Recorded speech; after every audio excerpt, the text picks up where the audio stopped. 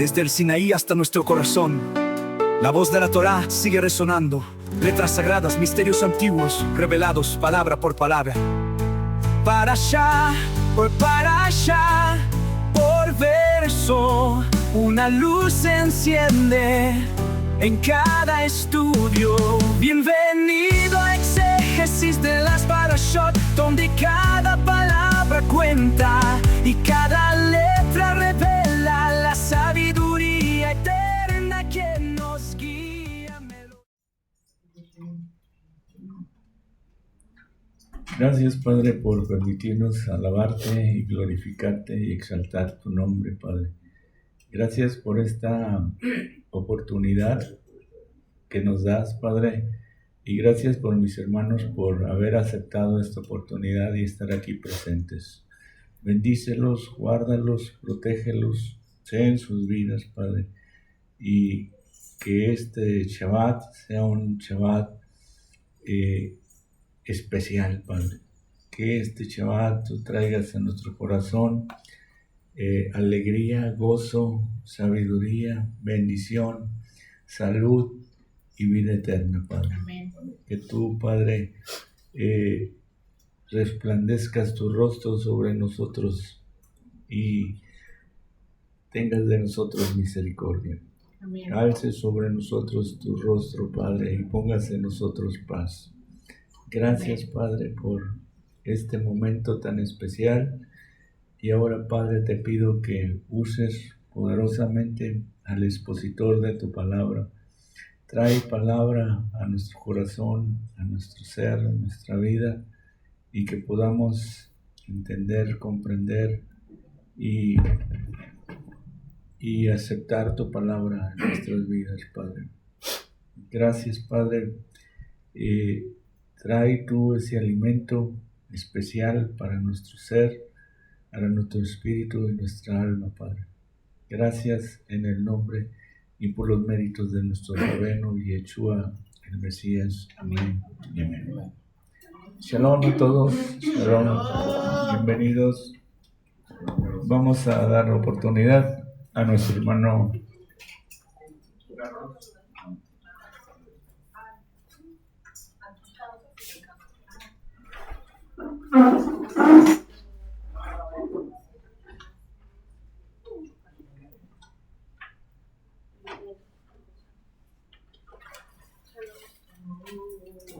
Sí.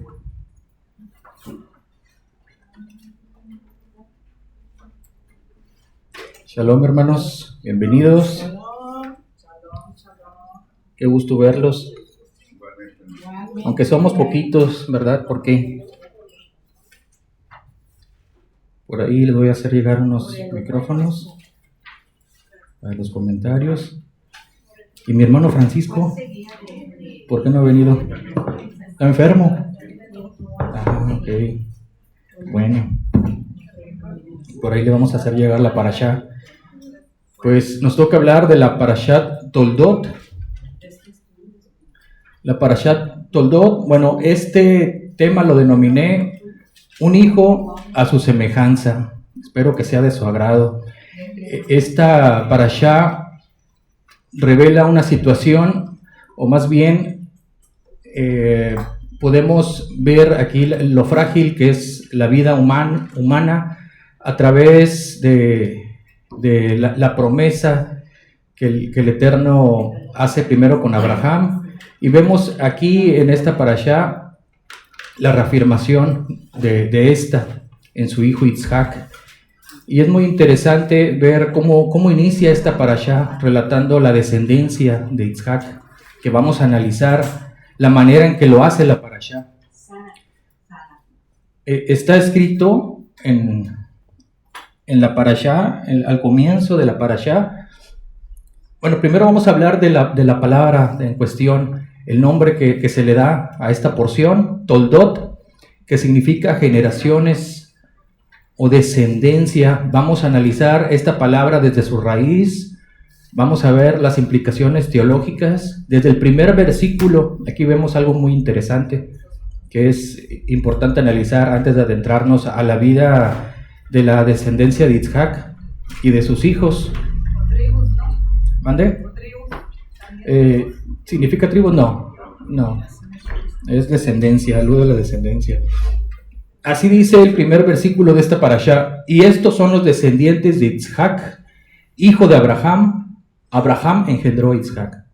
Y desde este versículo podemos preguntarnos muchas cosas. ¿Por qué se redacta así? ¿Por qué la Torá inicia la parashá con estas palabras? La primera pregunta que quiero hacerles es si la parashá Toldot habla de la descendencia de Isaac, ¿por qué hace énfasis en Abraham? Y la pregunta, bueno, no la pregunta, sino la manera de narrar es redundante. Dice, estos son los descendientes de Isaac, hijo de Abraham. Abraham engendró a Isaac. O sea, se supone que está hablando de la descendencia de Isaac. ¿Por qué inicia la descendencia de Isaac con Abraham? ¿Y por qué es redundante la parashá? ¿Quién me podría contestar? Porque Jacob consideraba único hijo a Isaac. ¿O cómo? Jacob. A ver, ¿cómo? No entendí la pregunta. Isaac consideraba único hijo a Jacob. Bueno, Isaac amaba más a Esaú. Y Ribka amaba a Jacob. Hermano Héctor. Para no perder la línea de la descendencia. Para no perder la línea de la descendencia. ¿Otro comentario por ahí? Isaac, hijo de Abraham. Así lo llama. Así lo llama. Vamos a escudriñar esto, que está interesante. ¿Por qué inicia así la parashá? Dice, Rashi responde, la mención de Isaac como hijo de Abraham y la redundancia aparente tienen un propósito esencial: enseñarnos que la legitimidad de las generaciones de Isaac proviene directamente de la promesa que el Eterno hizo a Abraham, como está escrito, porque en Isaac será llamada tu descendencia, que el Talmud interpreta como en Isaac y no en todos los hijos de Isaac. Y a decir verdad, la parashá hace una distinción en Isaac muy diferente. O sea, la Torá destaca a Isaac porque, por ejemplo, cuando nace Ismael, describe su nacimiento de una manera. Cuando nacen los hijos de Keturá, la otra esposa de Abraham, lo hace de otra manera. Fíjense. De Ismael está escrito, y Agar dio a luz un hijo. Ajá. Esa palabra en hebreo, esa palabra clave es ben, hijo. Y Agar dio a luz un ben, ajá, un hijo. De los hijos de Keturá está escrito, y dio a luz. Aquí hay otro término, no emplea hijo, sino emplea el término telet. Este término telet tiene una raíz. Todas las palabras hebreas tienen una raíz triconsonántica, como ya se los he comentado. Esta raíz es yelat, dar a luz, parir. De esta raíz derivan muchas palabras muy interesantes que tienen que ver con los hijos, con el nacimiento, como por ejemplo yelet. Yelet, que significa niño, viene de yelat. También se pueden derivar palabras como nolat, que significa nacer, o moledet, patria, lugar de nacimiento, etc. Se derivan muchas palabras de esta raíz, de yelat. Pero en el nacimiento de Isaac, otra vez decimos, es redundante la Torá, porque encontramos ambos términos cuando la Torá describe el nacimiento de Isaac. Ajá. ¿Ya lo apuntaron? Para cambiar. Ok. Si no, no se preocupen, todos se los hago llegar para que lo tengan, lo estudien. Salud.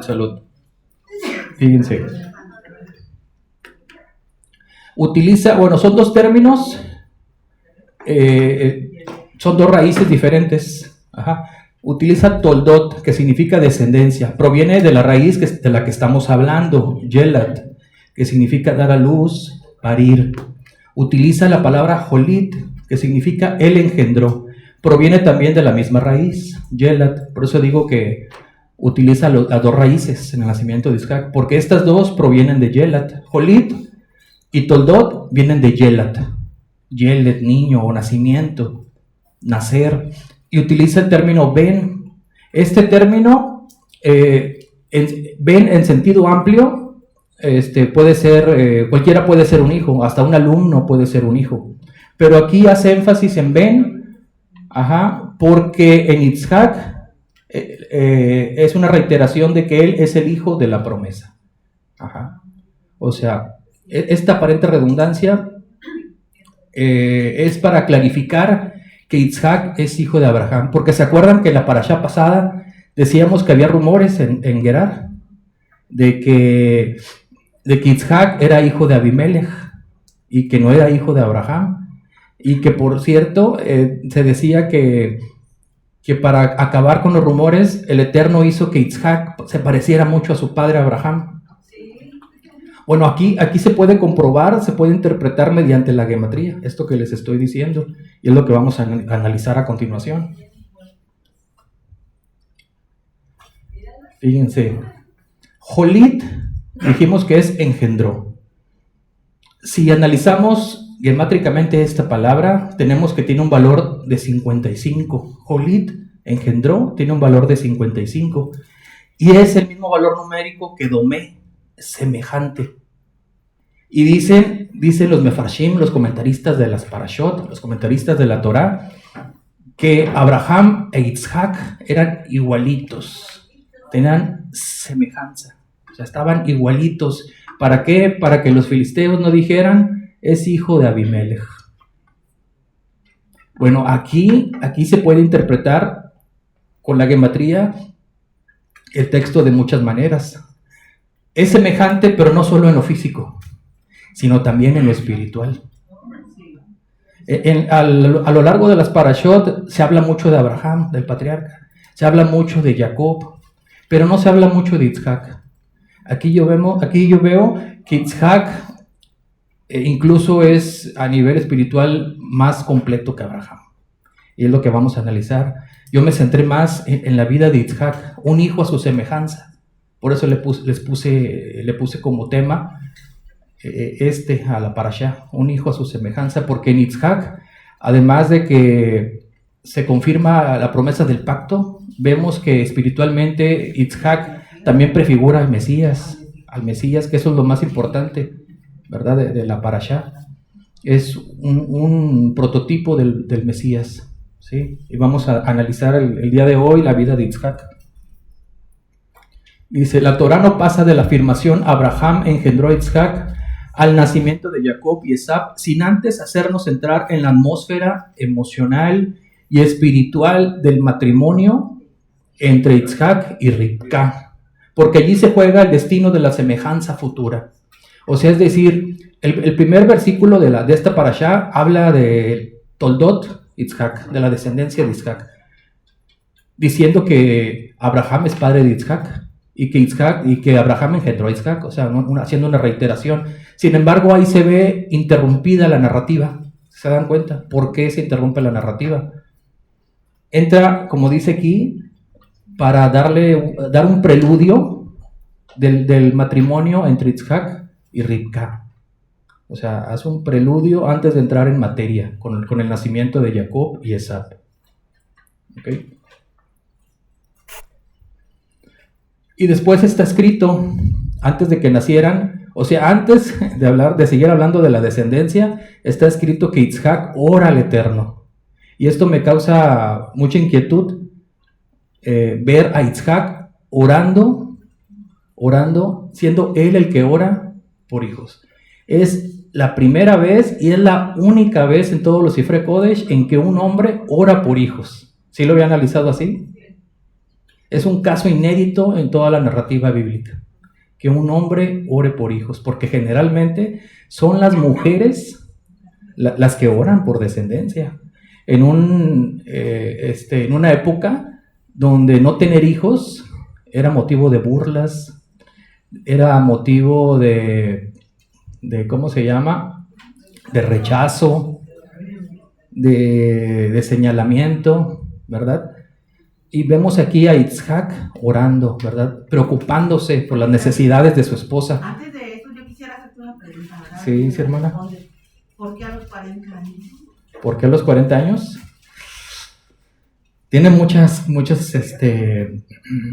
hay, ¿cómo se llama? Muchas cuestiones espirituales del por qué a los 40 años. El 40 es un número con propósito, que alude a la fe mesiánica, es un asunto escatológico ahí. Y además, es que no quiero meterme en ese tema, ¿verdad? Porque sería meterme en el tema de la edad que tiene Ribka cuando es desposada. Y para no crear controversia, es un tema que me falta mucho estudiar, aunque ya lo estudié. Muy interesante, pero quizá el otro año lo toquemos. Sí. Bueno, al menos yo, ¿verdad? Hablar de ese tema. Sí. ¿Más preguntas, no? Bueno, fíjense, respecto a la oración que hace Itzhak, hay otro versículo que podemos sustraer. En el caso de Job, dice, y el Eterno restauró todo lo que Job había perdido al doble, cuando él oró por su prójimo. Y sobre esto, dicen los comentaristas, que cuando un hombre ora por una necesidad, por una necesidad de otra persona, que también es su necesidad, el Eterno lo escucha y se lo cumple. Nada más el hombre, la mujer. No, sí, o sea, el ser humano. Es que muchas veces nada más oramos por nosotros mismos y por Exacto, por nosotros, pero no por los demás. Sí, y aquí vemos un caso, en el caso de Job. O sea, el Eterno levantó a Job, lo levantó cuando él oró por alguien más. Ajá. Por la misma necesidad. Ajá. Ok. Itzhak, era lo que les decía, es el único hombre en toda la Biblia que toma la iniciativa de orar por la fertilidad de su esposa, lo que subraya un acto de intercesión profundamente significativo. O sea, ni siquiera Abraham, ni siquiera lo vemos en Abraham, ni siquiera su papá. O sea, era un hijo a semejanza completa de Abraham, en lo espiritual, no nada más en lo físico, en la fe. Fue obediente Itzhak. Fue obediente porque no se buscó una mujer, o sea, tenía 40 años y a poco dijo, no, pues ya tengo edad para casarme, voy a buscar una mujer de las filisteas o una mujer cananea. No, o sea, estuvo supeditado a su padre, fue obediente, fue paciente, fue un buen hijo. Y dice, mientras que en otras narrativas bíblicas son las mujeres quienes oran por hijos, y tenemos el caso de Haná, el caso de Rachel también pidiendo por hijos. ¿De Ana? Aquí está. Ana, Hannah, sí. Pero Labán sí oró por su hermano, por mucha descendencia, antes de que ella... Bueno, la bendijo, ¿verdad? Fue otra circunstancia distinta, ¿verdad? Bueno, vamos a continuar. Tenemos, fíjense, aquí también es interesante que a los nombres de Itzhak y Ribka, si los calculamos gemátricamente, nos dan un número muy interesante también, que es el 515, porque el valor de Itzhak es 208, que con la reducción teosófica nos da 10, que también es otro número interesante.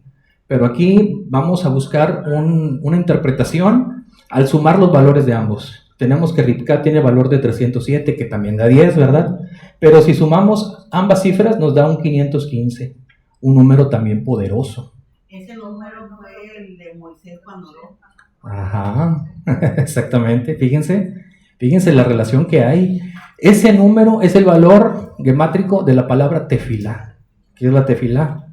Dice Rachi, el comentario de Rachi, que el Eterno oyó la oración de él, no la de Ribka, ¿verdad? Sino de Jacob. Ajá, de Itzhak. Exactamente.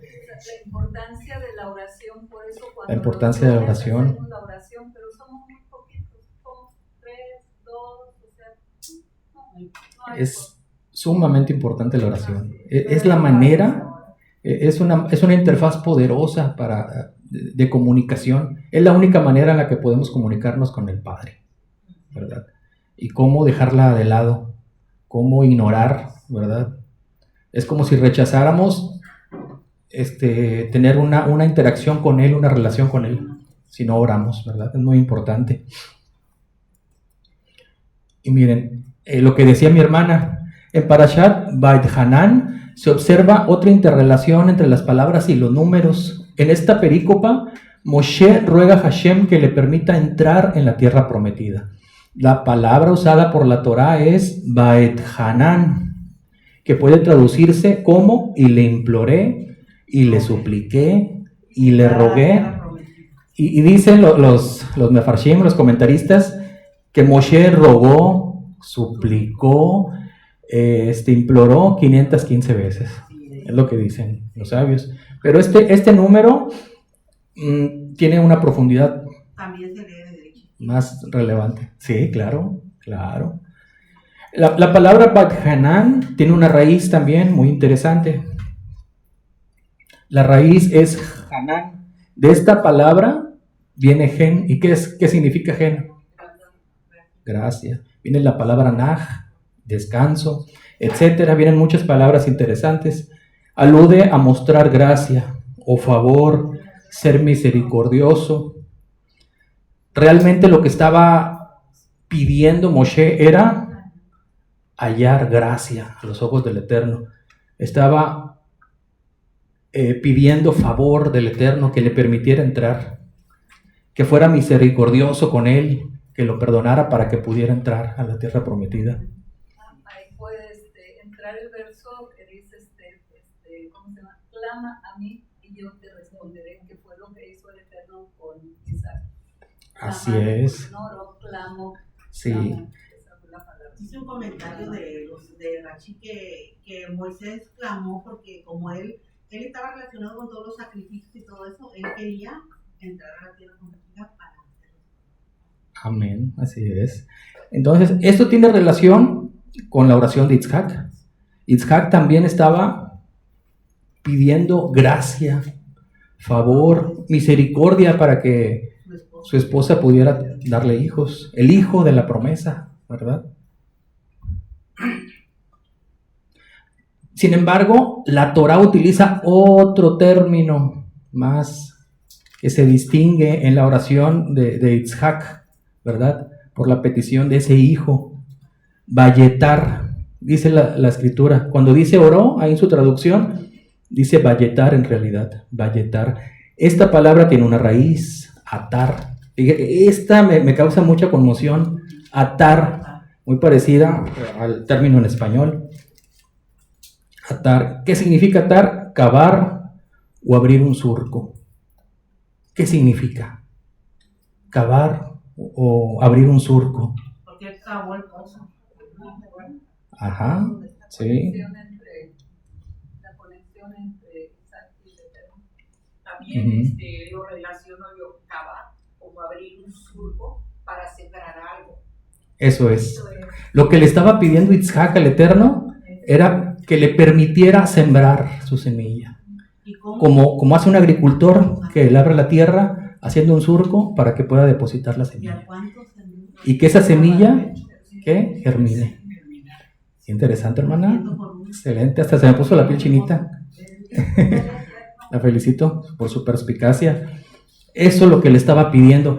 Sin embargo, también esta palabra es de connotación sexual. Y hay muchos comentarios en el Talmud donde dice que no estaba orando, sino que lo que estaba haciendo Itzhak era... ¿Qué? Lo acabo de decir. Sembrar. Estaba sembrando la semilla. Pero para sembrar el hombre y una mujer, hay que atar a los dos. Hay que atarlos. Para agarrarlos. Ajá. Para que de él salieran las generaciones. Sí. Y por eso pienso que es de índole sexual. Atar, Ajá. agarrar a los dos y sembrar el hombre en la mujer. Y pueden ser los dos. Primero oró y después actuó. Ajá. Porque ¿de qué le sirve orar si no actúa, verdad? O sea, ¿cómo va a llegar el hijo? Entonces lo que dicen los sabios tiene mucho sentido, ¿verdad? Oró, pero también actuó. Y así deben de ser nuestras oraciones. Debemos orar, pero actuar. En armonía, en consonancia con lo que oramos. Lo que les decía, fíjense, el hombre es la semilla. La mujer es la tierra, es la dama. Y son términos bíblicos, o sea, en toda la escritura vemos estos términos aluden al hombre y a la mujer y al acto sexual. Quiero hablarles las cosas como son, ¿verdad? Aunque son temas delicados que no se acostumbran a hablar en los estudios de los parashot, pero que son importantes para entender el contexto bíblico.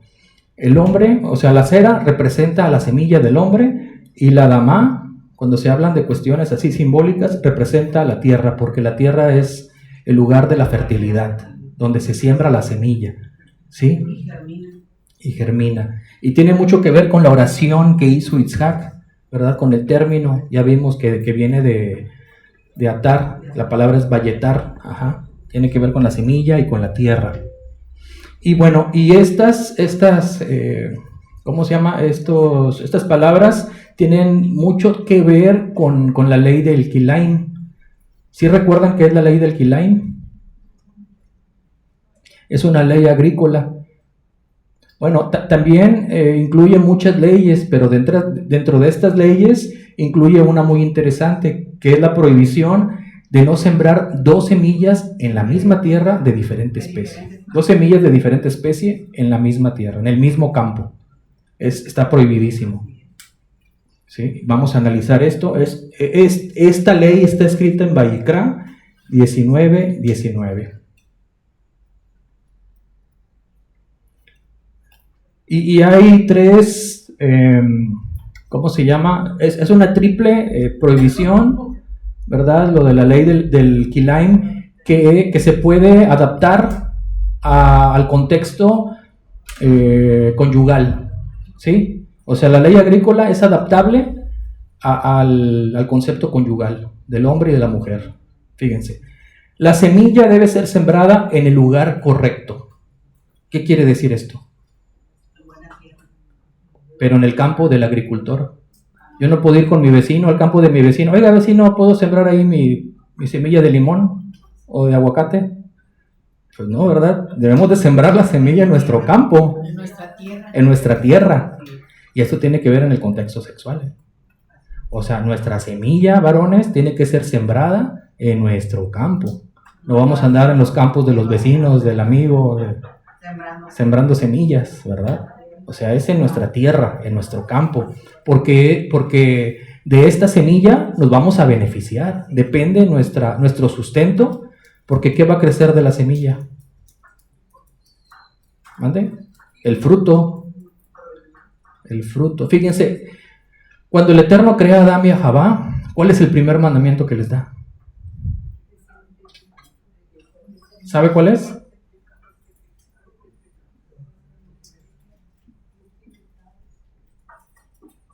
¿Qué dice ahí? Pru urbu. Esta palabra viene de esta. ¿Qué dice ahí? Sí. Peri, la traducen peri, pero se pronuncia pri. Pri, fruto. Fruto. Pru urbu, que es fructificar y multiplicarse. Ajá. Fructificar y multiplicarse. O sea, otra vez el concepto de las semillas, de dar fruto. Por eso es muy importante que la semilla sea sembrada en nuestra propia tierra, ¿verdad? Punto número 2, no sembrar 2 semillas en el mismo campo. Si trasladamos este mandamiento en el contexto conyugal, ¿a qué se puede estar refiriendo? No sembrar 2 semillas en el mismo campo. Ya dijimos, el hombre es la semilla, la mujer es la tierra fértil. No sembrar 2 semillas en el mismo campo. ¿A qué alude? A ver. Que deben ser diferentes para que puedan enraizar, crecer y aumentar en el crecimiento. No. Quiere decir ahí, 2 semillas, quiere decir que 2 hombres en una mujer. No. Así es. O sea, la mujer es responsable de su campo. No permitir que se siembren 2 semillas. Shalom Bait. Sí. Shalom Bait, exactamente. Sí. O sea, aquí se habla de la pureza en el matrimonio, ¿verdad? De la importancia de la semilla, de preservar la semilla, tanto la semilla debe ser, ¿cómo se llama? Debe ser cuidada, tanto la tierra, ¿verdad? Porque ¿qué pasaría si se siembran 2 semillas? ¿Qué pasa en el término, en el sentido agrícola? Pues Cuando se hacen mezclas, se va degenerando la tierra se contamina el producto, ¿verdad? espiritualmente también pasa algo en el ser humano. Por eso hay muchas deformaciones en los hijos. O sea, cada vez hay más promiscuidad. Nacen enfermedades raras, exactamente. Estamos contaminando la tierra porque no se sigue esta ley, que también tiene que ver con el ser humano, ¿verdad? Ajá. Punto número 3, preparar la tierra. ¿Qué puede ser esto? Lo que hace un agricultor con la tierra antes de sembrar la semilla. Primero la limpia, quita las piedras, quita la maleza, todo lo que estorbe. Eso puede ser traducido con los obstáculos, con las impurezas, exactamente. Y tiene que ver con la oración, lo que hizo Isaac. ¿Antes de qué? De intimar con la esposa. Primero oró. Ajá. Así es.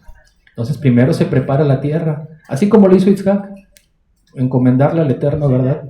Que su campo esté libre de esos obstáculos, de estas piedras, de esta maleza, de la cizaña que pueda crecer. Sí, es interesante. Y fíjense, manteniendo el mismo lenguaje midrashico, ¿verdad? ¿Cómo lo hacía Yeshua cuando enseñaba? Está escrito que todo lo que enseñaba lo enseñaba mediante parábolas. O sea, con la misma retórica midrashica podemos inteligir, podemos interpretar lo que significa el kilaim en la vida o en el contexto matrimonial. Y les pongo el ejemplo de un agricultor que tiene un costal de semillas y él sabe que su economía, que su prosperidad todo depende de sus semillas. Es todo lo que tiene. Tiene solamente semillas y de estas va a comer. De estas se va a mantener. Pero ¿qué pasaría si este hombre empieza a aventarlas en tierra que no es fértil? O empieza a sembrarla, como decíamos hace un rato, en el campo de su vecino. Si furtivamente brinca su campo y empieza a sembrar las semillas ahí, ¿va a prosperar este hombre? ¿De quién va a ser la bendición? Del vecino. Si las tira en la calle, en terreno pedregoso. El Mesías nos habló sobre la semilla, la que nació en las piedras, en las espinas, en la buena tierra. Exactamente. También se puede interpretar de ese punto, ¿verdad? Ajá. Ahora, otra analogía. Tenemos ahora una analogía del campo. Una mujer tiene un campo que es próspero, que es rico, que tiene a su agricultor y todo lo que siembra prospera.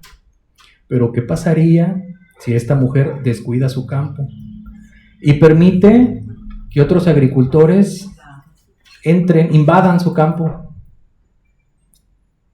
¿Qué pasaría? Se va a contaminar ese campo y va a ser grande la ruina que va a tener esta mujer. ¿Sí? Y ya dijimos que es lo que pasa cuando se contamina la tierra. Crecen espinos, crecen cardos, el producto no es bueno, la cizaña. ¿Sí? Fíjense, los hijos ilegítimos o con un estatus jurídico especial son denominados mamzerim, bastardos. Qué feo se oye, ¿eh? Qué feo se oye. Y cada vez esto es más común. Hay mucha, ¿cómo se llama? Madres solteras. Hay muchas madres solteras, hay mucha promiscuidad, iba a decir. O sea, cada vez hay más casos de mamzerim. De manera espiritual hay muchos, soy feo que lo diga, muchos bastardos. Esa es la simiente denominada como cizaña. O sea, espiritualmente están corruptos. Y nosotros somos los responsables de no cuidar nuestra semilla, de no cuidar nuestro campo. El Talmud define a un mamzer como el hijo nacido de una relación incestuosa o adúltera. También enseña que si un hombre piensa en otra mujer mientras mantiene relaciones sexuales con su esposa, sus futuros hijos, en consecuencia, pueden recibir el estatus de mamzer. O sea, la importancia de cuidar nuestra semilla. Y qué bueno que este video esté siendo grabado porque es muy importante para los jóvenes que lo vean. Es muy importante cuidar la semilla porque espiritualmente, ¿verdad? Estamos exponiéndonos a cosas terribles. Si el hombre, porque el hombre es más propenso a caer en pecados sexuales, lo digo como es. El hombre es más propenso porque es parte inherente del ser humano. Es parte de nuestro Yetzer Hará. Dicen los sabios que paradójicamente el hombre es perfecto dentro de su propia imperfección. Porque sin este Yetzer Hará, dice también el Midrash, que el hombre no construiría una casa, no buscaría una esposa y no engendraría hijos. O sea, la sociedad no existiría sin este Yetzer Hará. Sin embargo, por eso dicen los sabios que es importante que el hombre no esté solo. O sea, el hombre tiene que canalizar esa energía sexual que tiene. Tiene que sembrar esa semilla. Otra vez regresamos a la analogía que estábamos teniendo sobre la semilla, sobre la tierra. La semilla tiene que ser sembrada. O sea, el hombre tiene que sembrar la semilla para que se produzca la bendición. Prurbu, para que fructifique. El hombre no se puede quedar con la semilla. Como un agricultor no se puede quedar con su costal de semillas, porque ¿qué pasa? ¿Va a producir? No. ¿Va a tener frutos? El hombre tiene que sembrar la semilla, tiene que desposar a una mujer. En la antigüedad, dice el Talmud, que un joven cumpliendo los 18 años ya tenía que casarse. Y si no, hasta los 22 a más tardar. Y si no, el tribunal obligaba al padre o a los padres a que le consiguieran una mujer al hijo. Y dicen los Tanaim, los estudiosos de la Mishnah, que si un hijo no desposa a una mujer a edad temprana, es propenso a tener o a pecar en cuestiones sexuales. O sea, desde temprana edad les buscaban mujer a los hijos, por esta razón que les digo. O sea, tenemos mucha propensión los hombres a pecar en el contexto sexual. ¿Sí? Por eso desde Génesis, ¿no? Dice el Eterno que no es bueno que el hombre esté solo. Así es. Pero también le dio varias mujeres. Es Todos que tuvieron muchas mujeres y en el Medio Oriente los iraníes y todos tienen varias mujeres en una sola casa. eso también ya lo analizamos. O sea, ¿por qué existía la poligamia en la antigüedad? Ya lo analizamos. Pero aquí, no es que me escuche machista, pero aquí lo que aborrece el Eterno es la mezcla de semillas. La semilla. O sea, tanto en el contexto agrícola como en el contexto conyugal. O sea, la mezcla es lo aborrecible. O sea, que se mezcle la semilla. Porque hay muchos casos de... ¿Sí, hermana? Por eso Isaac mandó fuera a su hijo para que no se contaminara con las mujeres cananitas, ¿verdad? Entonces no era esa la intención, sino apartados. O sea, por eso lo mandó a la casa de Labán para que encontrara mujer. Sí. Ahora otra cuestión. La tierra también juega un papel bien preponderante en la historia de Israel. Israel está ligado a su propia tierra. También tiene que ver con el contexto agrícola, con la ley de Kilaim. O sea, sembrar la semilla en la tierra que le corresponde.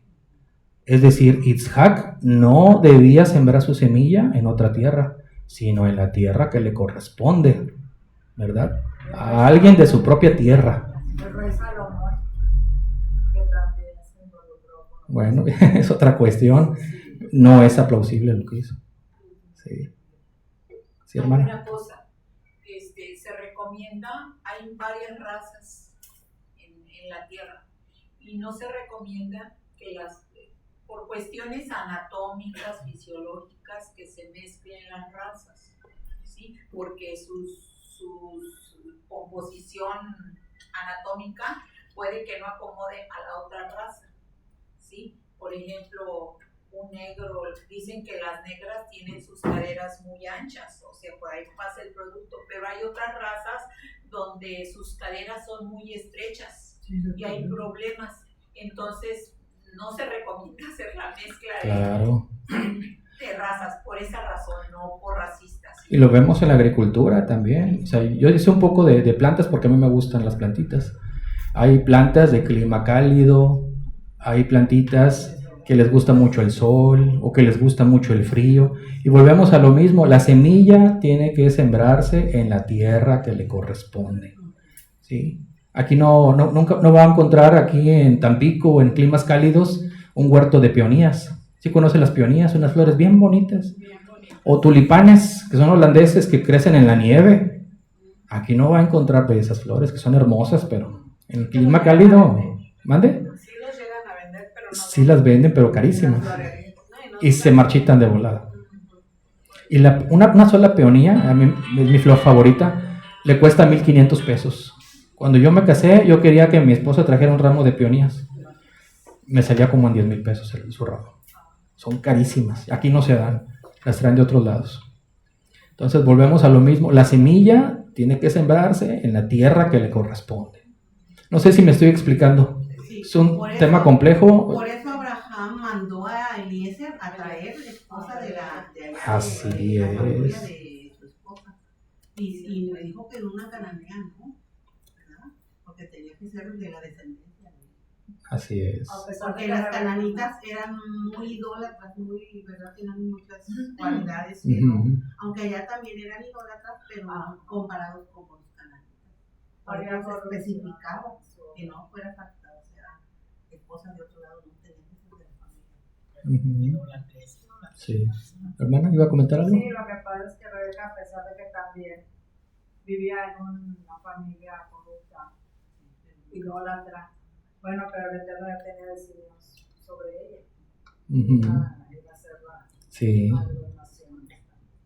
Sí. Ribka, así hermana, a ver. Como Ismael, que fue separado de Isaac, también, ¿verdad? No podían crecer juntos. No podían crecer juntos. E Ismael representa la cizaña. O sea, en el contexto del que estamos hablando, Ismael puede ser considerado como la cizaña que estaba siendo cortada y desechada, ¿sí? De la tierra. ¿Sí? Ok, vamos a continuar. ¿Estamos bien? ¿Dudas? Oye, Dice- Carlos, una pregunta. Y entonces Ismael es un bastardo porque está fuera del matrimonio. Muy buena pregunta. Muy buena. O sea, estamos hablando que los que están fuera del matrimonio, pues así se les dice. Y él nació fuera del matrimonio. Ujú. Pues en un sentido estricto se podría decir que sí. O sea, representa la cizaña. La cizaña. Se puede decir que sí porque fue hijo de la concubina, ¿verdad? En un sentido estricto, ¿verdad? Sin embargo, se le permitió que pudiera allegarse a la ¿cómo se llama? La sierva de su mujer. Ujú. También tuvo su propósito, ¿verdad? Pero Dice- el Eterno más adelante los compara a Agar con Sara. Porque el monte, uno es el monte, Ajá, el monte Baal y el monte Gerizim. Sí. Ok, bueno, sí, sigue diciendo. Fue dicho, cualquiera que repudie a su mujer, dele carta de divorcio. Pero yo os digo que cualquiera que repudie a su mujer, salvo por causa de fornicación, hace que ella adultere, y cualquiera que se case con una repudiada, adultera. ¿Sí? O sea, según el Mashiach, o sea, cualquiera que se case con una mujer que sea divorciada puede tener hijos ilegítimos. O sea, estamos contaminando la tierra. La tierra. Solamente si el divorcio es, ¿cómo se llama? Provocado por la fornicación, por el adulterio, se puede uno divorciar. O sea, es un, ¿cómo se puede decir? Es la única, la única causa válida, ¿verdad? ¿Por qué? Porque según la escritura, en la antigüedad no existían, pues, las actas matrimoniales, ¿verdad? Un israelita no iba al registro civil y decía, quiero casarme con esta mujer. El matrimonio culminaba con la relación sexual. O sea, para casarse un hombre con una mujer solamente tomaba a la mujer y sembraba la semilla y ya era su esposa. Actualmente no es así. Por eso, espiritualmente, cuando un hombre toma a una mujer, desde ese momento ya es su esposa, en el plano espiritual. Y cuando llega la fornicación, es como desechar a su esposa y unirse a otra mujer. O sea, es como la adquisición de un nuevo campo. No sé si me estoy entendiendo. Por eso la pureza en el matrimonio es tan importante, que el adúltero, si se diera cuenta de lo que provoca el adulterio, preferiría tener cáncer, preferiría tener una enfermedad venérea a haber pecado en el adulterio. O sea, espiritualmente tiene muchas, ¿cómo lo puedo decir? Muchas consecuencias negativas, ¿sí? Dice así, fíjense: maldita será la tierra por tu causa, espinos y cardos hará brotar para ti. Eso lo encontramos en el Génesis. O sea, cuando el hombre peca, cuando Adán y Jabá pecan, lo que les dice el Eterno es bien interesante. Y volvemos al mismo contexto agrícola de Kilaim. Es un Kilaim espiritual. Maldita será la tierra por tu causa, espinos y cardos hará brotar para ti. Las palabras hebreas para espinos es kotz, y para cardos es dardar. ¿Sí? Y es en el mismo contexto, ¿verdad? O sea, es el resultado. O sea, en todos los mandamientos hay un principio del que ya les he hablado muchas veces. Y disculpen que sea reiterativo. Hay un principio midá keneged midá en todos los mandamientos.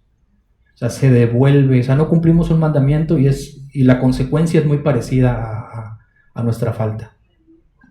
O sea, no cuidamos la tierra y la tierra produce espinos y cardos. La tierra se contamina, ¿verdad? Sembramos nuestra semilla en un campo que no debemos y tiene su consecuencia. Nuestro campo pues se va a contaminar, van a crecer, en lugar de que crezca fruto, van a crecer espinos y van a crecer cardos. Y luego fíjense lo que dice el maestro: ¿acaso se recogen uvas de los espinos o higos de los... ¿acaso se recogen uvas de los espinos o higos de los cardos? Así, todo árbol bueno produce fruto excelente, pero el árbol podrido produce fruto inservible. O sea, Yeshua nos compara con un árbol, cuyos frutos pueden ser buenos o pueden ser malos. Salmo 1 te habla de ello. Ajá, como un árbol plantado a orillas de un río. Y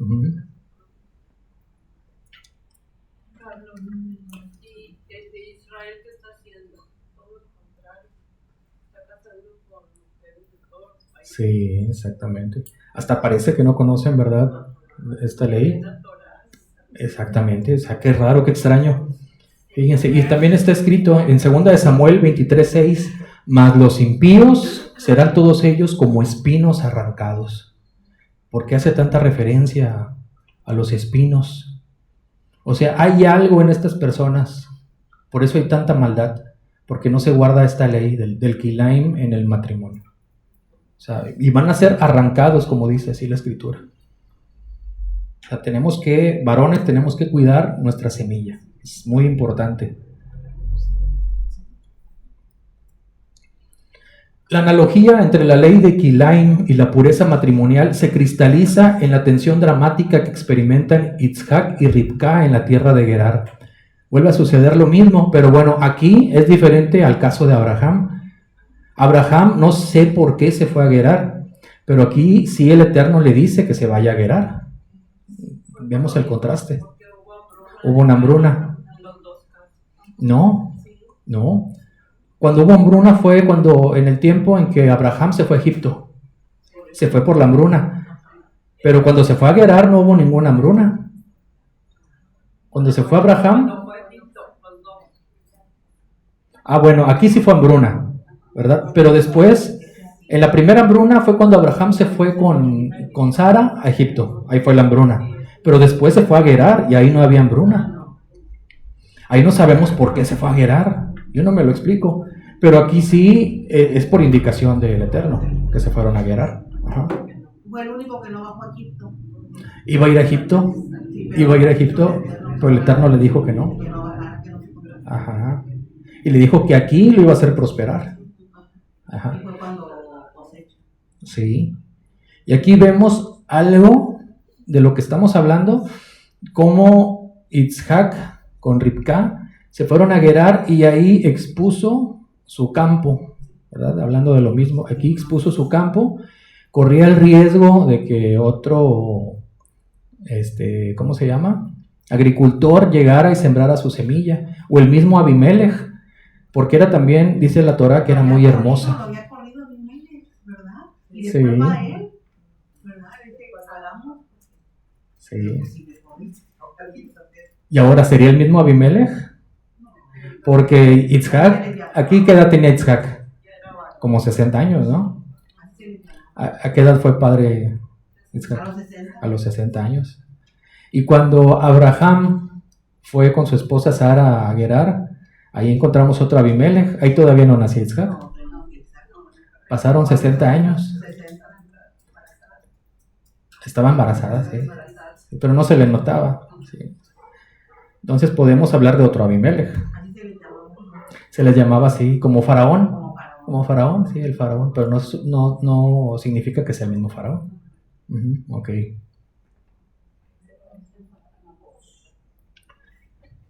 Dice, vamos a leer lo que dice la parashá en ese momento del tiempo en el que Isaac se fue con Ribca a Gerar. Dice el 26, por aquel tiempo la región volvió a sufrir hambruna, aparte de la que había padecido anteriormente en los días de Abraham. Por eso Isaac se dirigió a Gerar, donde residía Abimelech, rey de los filisteos. El Eterno se le apareció y le dijo, no bajes a Egipto. O sea, por fin, ¿iba a ir a Gerar o iba para Egipto? ¿Para dónde iba? ¿Para Gerar? Entonces, ¿por qué le dijo no bajes a Egipto? Iba para Egipto. Y luego dice, quédate en la tierra que yo te indique. Reside en esta tierra y yo estaré contigo y te bendeciré. Porque a ti y a tu descendencia les he de dar todas estas tierras. Así cumpliré el juramento que le hice a tu padre Abraham. Y luego fíjate el suceso de lo mismo que padeció Abraham allá, le dice ser mi hermana. Exactamente. A Sara, y así también Isaac con es lo mismo. ¿Por qué? Porque era también una mujer muy hermosa. O sea, se pueden comparar porque pues son de la misma familia. Era familiar de Sara. Sara vendría siendo la tía. La tía de Ribca. O sea, también era muy, muy bella.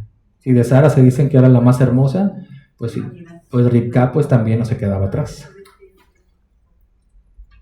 Sigue diciendo, el 4, haré que tu descendencia sea tan numerosa como las estrellas del cielo y te daré todas estas tierras y todas las naciones de la tierra serán bendecidas por medio de tu descendencia. Ya que Abraham me obedeció y guardó mis preceptos, fíjense qué interesante, guardó mis preceptos y mandamientos, mis normas y leyes. O sea, guardó los mishpatim, guardó toda la Torah, los jujim, todo. ¿Había Torah? ¿Cómo? ¿Cómo había Torah? Si todavía no había sido entregada. Ya había, ¿eh? Ya existía la Torah. Luego dice el 6, Isaac se quedó a vivir en Gerar y cuando los lugareños le preguntaban si Ribca era su mujer, lo que usted dijo, hermana, él respondía que era su hermana, pues no se atrevía a decirles que era su mujer. No fueran a matarlo por causa de la belleza de Ribca. Sí, era muy bella. Dice el 8. La estancia de Isaac en aquel lugar se fue dilatando y un día Abimelech, rey de los filisteos, mirando por la ventana, fíjense, vio a Isaac acariciando a Ribca, su mujer. ¿La estaba acariciando? Fíjense lo que dice el hebreo. Vayar Bejine Isaac metzachek et Ribca ishto. Y vio, y he aquí Isaac metzachek. Esta palabra tiene la misma raíz que esta. Si se dan cuenta, son las mismas consonantes. Isaac metzachek. ¿Qué significa el nombre de Isaac? ¿Alguien sabe? Significa risa, Isaac.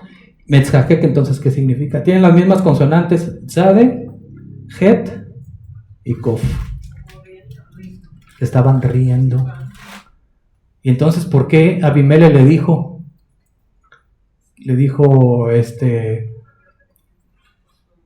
Mazod Asit Alanu, ¿por qué nos has hecho esto? Le dijo en hebreo. ¿Por qué nos has hecho esto? Por poco alguien del pueblo la ve y la toma porque es muy hermosa. Si se estaban riendo, pues ¿qué tiene de malo? O sea, ¿cómo supo que era su esposa? Estaban jugando muy cariñosos. Pero se estaban riendo nada más. A ver. Pero la estaba haciendo reír él. Pues es que luego se ve cuando son parejas. Ajá. Luego se ve, hasta con la mirada se acaricia. Hay un dicho que dice, el amor y el dinero no se pueden ocultar. Así es, tienes razón. Fíjense. Y por eso lo descubrió un hombre que también yo creo que hacía lo mismo. Metzahek viene de la misma raíz, Tzahak, reír. Itzhak viene de la misma raíz, Tzahak. Dice esta versión jugaba. Jugaba, sí, pero no la acariciaba. Dice que reían o jugaba. Ahora Rashi mete su cuchara, como en toda la Torah. Rashi sugiere que Metzahek es un eufemismo sexual. O sea, los vio sembrando la semilla en el campo, en realidad. Bueno, se puede interpretar así, ¿verdad? A mí no me haga caso. Esto lo dice Rashi y se infiere, ¿verdad? Porque si no, entonces, ¿por qué le dice a Abimelech? ¿Por qué nos has hecho esto? Mazod Asit Alanu, ¿por qué nos has hecho esto? Sí, ¿verdad? Entonces se infiere que estaban haciendo otra cosa, ¿verdad? Pues querían hijos, pues estaban practicando, ¿verdad? No, ya había nacido, sí. Ya había nacido. Pero querían más hijos. Ok. Bueno, ¿qué opinan ustedes? ¿Sí, verdad? ¿Por qué andaba de chismoso, verdad? A lo mejor, hermana, sí lo estaba haciendo cosquillas. Dice el 11, y Abimelech ordenó a todo el pueblo, quien moleste a este hombre o a su mujer será condenado a muerte. Fíjense, ¿por qué? ¿Por qué defenderlo tanto? Porque ya había hecho estériles a sus mujeres del pueblo. Ya había un antecedente, ¿verdad? Excelente, hermana. Excelente, muy bien. Ya había pasado. Entonces les temía a Abraham y les temía a Isaac. Sí. Dicen los comentaristas que cuando en el caso de Abraham y Sara, el Eterno a todos los hombres los hizo no estériles, o sea, los hizo con disfunción eréctil. O sea, no podían tocar a sus mujeres, estaban todos enfermos. Es lo que dicen los comentaristas. O sea, por eso Abimelech no pudo tocar a Sara. Porque pues no. Por eso tuvieron que orar por él. Por eso tuvieron que orar por él. Por eso le dijo el Eterno, por eso no te dejé tocarla. Ajá. Así es. O sea, no pudo. Ahora, analizando los nombres de Itzhak y Ribka mediante la gematría otra vez, ya calculamos el valor total, como ya vimos. Pero ahora mediante la reducción teosófica, o sea, reduciendo hasta lo más chiquito el número.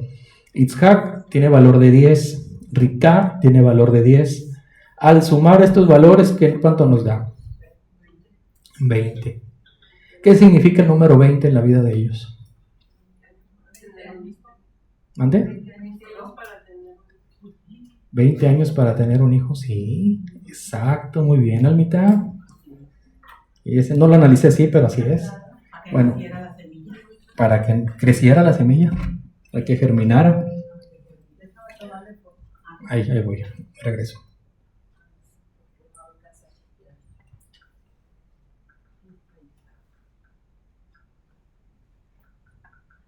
Ok, también este número 20 alude a la letra hebrea Kaf. ¿Cuál es la letra hebrea Kaf?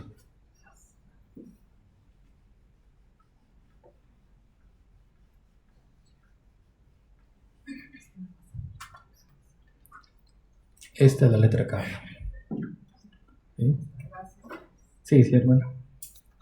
Ahí está, miren, ahí están todas las grafías. La grafía protosinaítica, esto ya lo hablé en un video, ahí lo pueden ver en YouTube. La grafía protosinaítica, la grafía paleo y las dos grafías cuadradas, el Ketab Ashuri. Ajá. Si se dan cuenta, ¿qué significa esta grafía o qué representa esta grafía? No, miren, es como un hueco, como una mano así, el hueco de la mano, significa la Kaf. Alude al contenedor, a un Kli. Fíjense. La primera palabra de Kli, recipiente, empieza con Kaf. Si volteamos, si le damos un giro de 90 grados a la letra Kaf, ¿qué tenemos? Parece un vasito, ¿verdad? Un vasito donde ¿qué? Recibe, un vasito que recibe la bendición, recibe agua. El agua simboliza bendición, vida. Entonces es un recipiente, es un Kli. Y curiosamente, casi todas las palabras, no sé si todas, pero casi todas las palabras que aluden a contenedores, recipientes, vasos, empiezan con la letra Kaf. Fíjense. Tenemos Kat, que significa jarra, jarrón, cántaro. Tenemos Kis, que es una bolsa, un bolsillo, ahí donde guardan las cosas las mujeres, ¿verdad? Kli, recipiente. Kos, vaso, taza, copa. O sea, es curioso, ¿no? O sea, la letra Kaf alude a lo que se recibe, la bendición. Por eso está un hombre así, recibiendo la bendición. Cuando alguien pide algo, levanta la mano y pone la mano así, ¿no? Para recibir. Por eso los patriarcas levantaban las manos al cielo cuando oraban. Sí.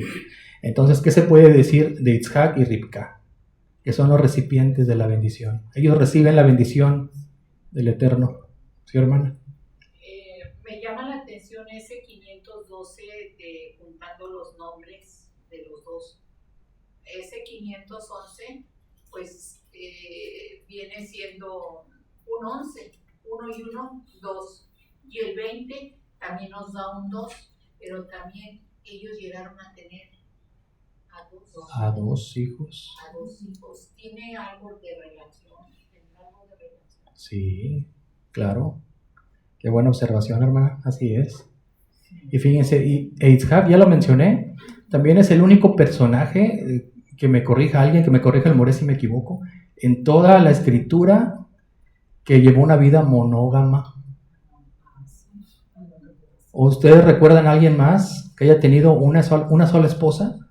En una época donde era bien, a lo mejor no bien visto, pero era muy común, o a lo mejor sí, o sea, socialmente y culturalmente era aceptado que un hombre pudiera tener varias esposas. Sin embargo, Itzhak nada más tenía una.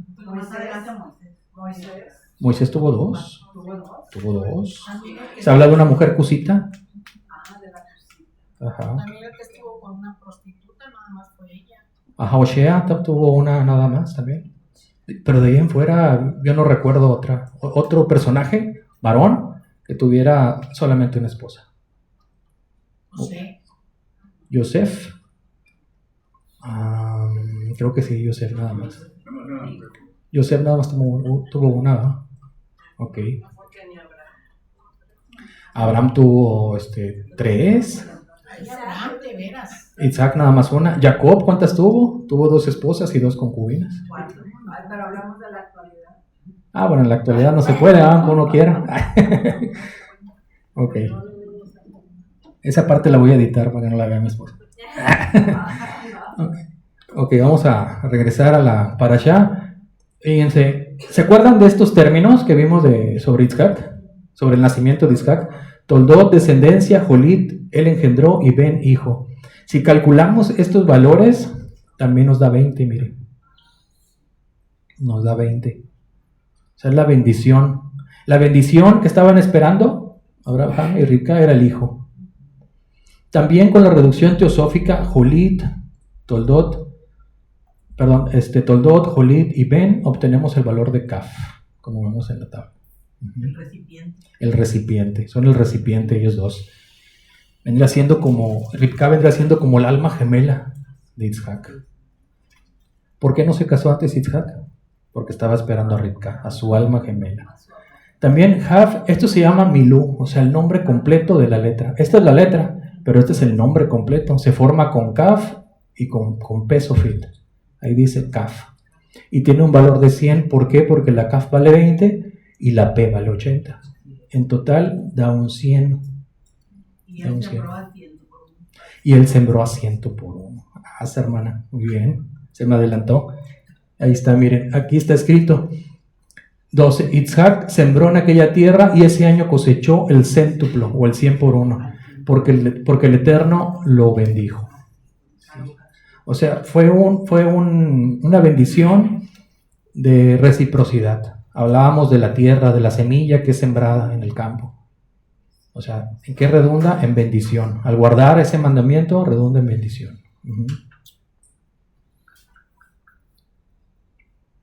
¿Ya se me aburrieron? ¿No? ¿Cuánto tiempo llevo, hermano? Juan Carlos. Todavía faltan 20 minutos, 25. Ok, ¿qué hora es? 2:07. 2:07. Ah, pues me queda que 1 hora, ¿no? Sí, ¿ah?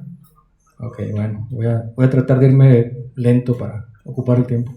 Dice, una característica que distingue a Yitzhak de los demás patriarcas y de todos los demás personajes bíblicos, fue lo que ya comenté, es su monogamia absoluta, a diferencia de su padre Abraham, quien tuvo a Sara, Agar y Keturá, y de su hijo Jacob, quien tuvo a Lea, Rachel, Silpá y Bilhá. La Torá registra que Yitzhak tuvo una sola esposa, Rivka, incluso después de años de esterilidad y en una época donde la poligamia era social y culturalmente aceptada. O sea, aquí esto me llama mucho la atención. ¿Por qué? ¿Y por qué nada más 2 hijos? Si antes eran muy fecundos, tenían bastantes hijos, eran familias muy numerosas, sin embargo Yitzhak nada más tuvo 2 hijos.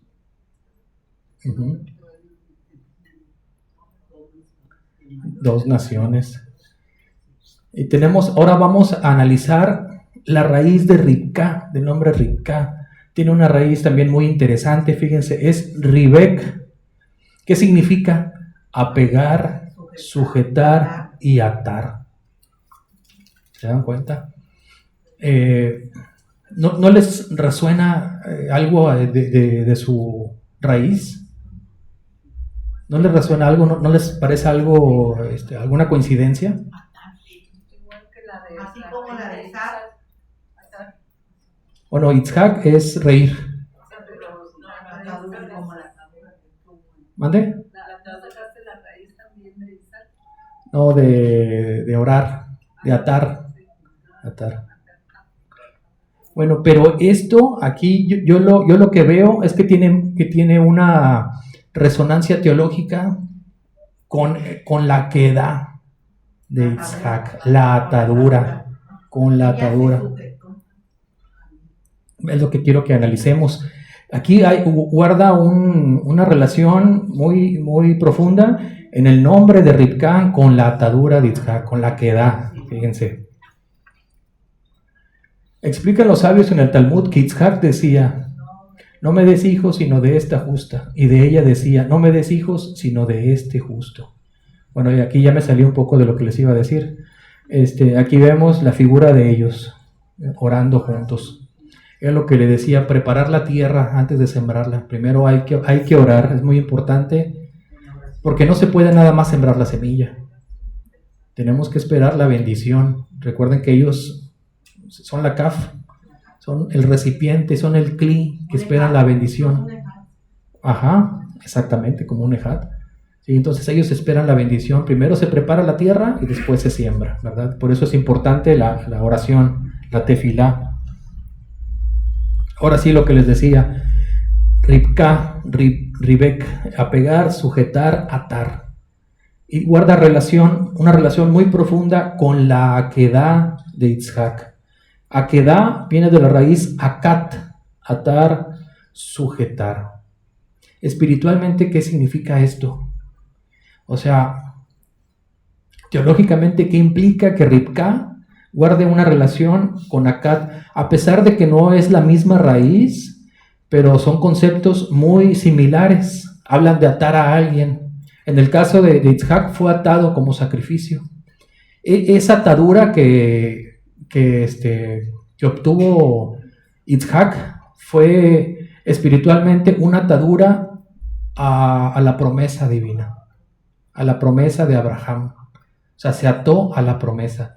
Y aquí lo que podemos ver en el nombre Ribcá es de que Ribcá también es una atadura, pero a la tierra de Israel.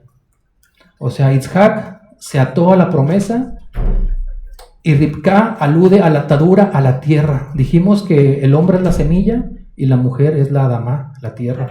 Todo lo que veo aquí espiritualmente es una atadura a la tierra de Israel. Debemos sembrar nuestra semilla en un contexto espiritual diferente. O sea, nuestra fe, aludiendo a la semilla de la fe, a la semilla de nuestra semilla espiritual en la tierra de Israel. O sea, ser parte del gen de ese gen. Un ejemplo, no sé si sea bien medicina, ¿no?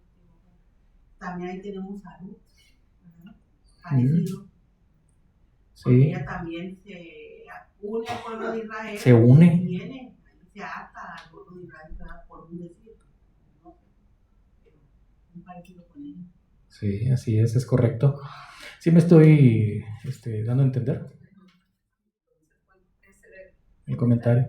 Sí, bueno, a lo largo de esta parashá y de otras más, vemos ciertas dinámicas en la vida de los patriarcas, de los hijos de los patriarcas, y volvemos a lo que estábamos hablando, la importancia de la semilla, ¿verdad? Sembrarla en la tierra que corresponde, ¿verdad? Y en aquel tiempo, en aquella época, donde existía la poligamia, era muy difícil, ¿verdad? Sembrar la semilla en el lugar donde corresponde. Y es por eso que vemos en las familias, a lo mejor no en Isaac, pero sí, por ejemplo, en Abraham, donde hay ciertas dinámicas donde el ambiente se torna hostil, ¿verdad? Donde hay hijos involucrados, donde se pelean el afecto del padre, la atención, porque vemos que hay una competencia tanto de las mujeres y de los hijos. En este caso, por pelearse la primogenitura. También lo vemos en el caso de Jacob con sus hijos, ¿verdad? Por tener tantas esposas, donde vemos un ambiente poligínico, donde afecta al crecimiento emocional e intelectual de los hijos, y vemos que se sienten desplazados por el favoritismo que muestra Isaac, por ejemplo en Yosef. Llegan a odiarlo, llegan a venderlo, ¿verdad? A deshacerse de él, pero esto se desencadena por lo que estamos hablando, ¿verdad? O sea, el ambiente poligínico que se refiere a la poligamia, ¿verdad? Donde la familia, ¿cómo se llama? Emocionalmente se ve afectada por una mala decisión, ¿verdad? En el caso de Isaac no ocurre esto, porque él se apega, como ya dijimos, ¿verdad?